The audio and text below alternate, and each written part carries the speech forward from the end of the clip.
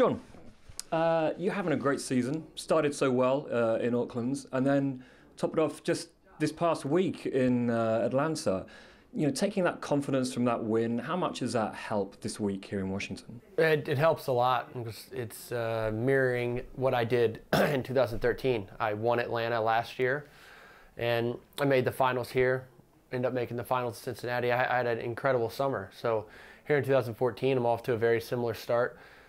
As any player can tell you, the best way to get confident is by winning matches and putting matches in a row together. So that's what I did last week. So for this week in DC, I'm feeling pretty good.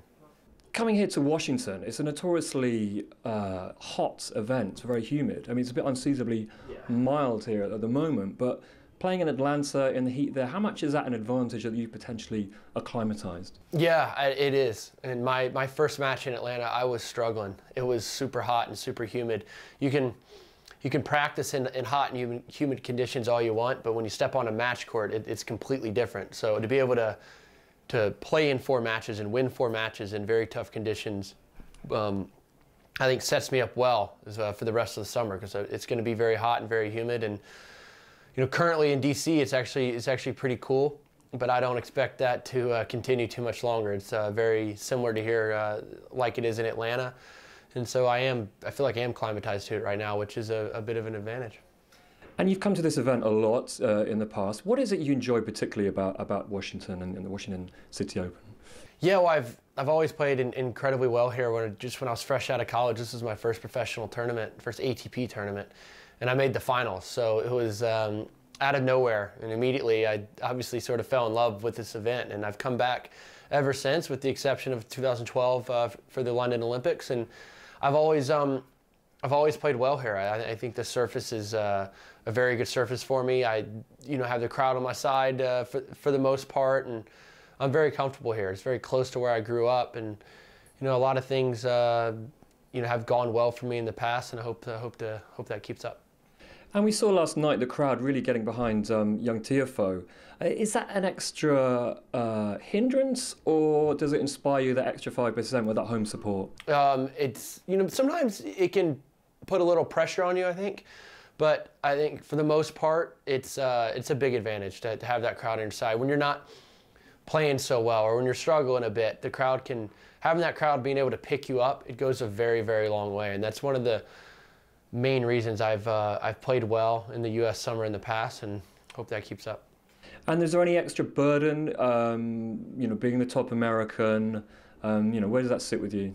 For me, it's an incredible honor to be the #1 American right now. But at the same time, I'm not putting too much pressure on myself. I try not to let it burden me too much.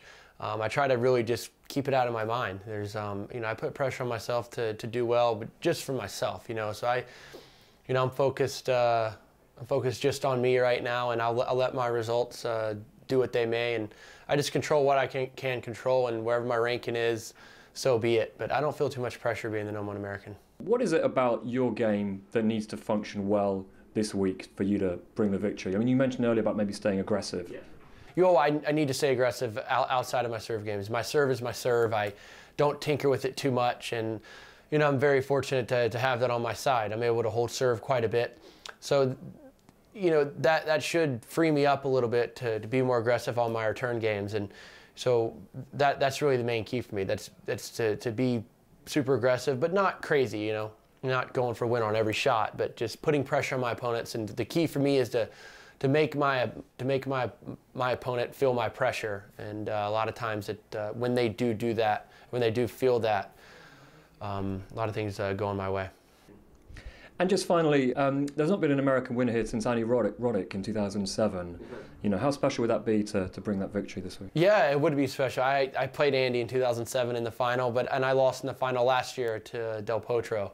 So for me, this is a tournament I would absolutely love to win. I've always played well at. I just haven't quite conquered it yet. So I'm feeling good. Again, obviously coming off the win in Atlanta last week, and physically I'm feeling pretty good. So I'm ready to go. I would love to sort of maybe put myself in position again.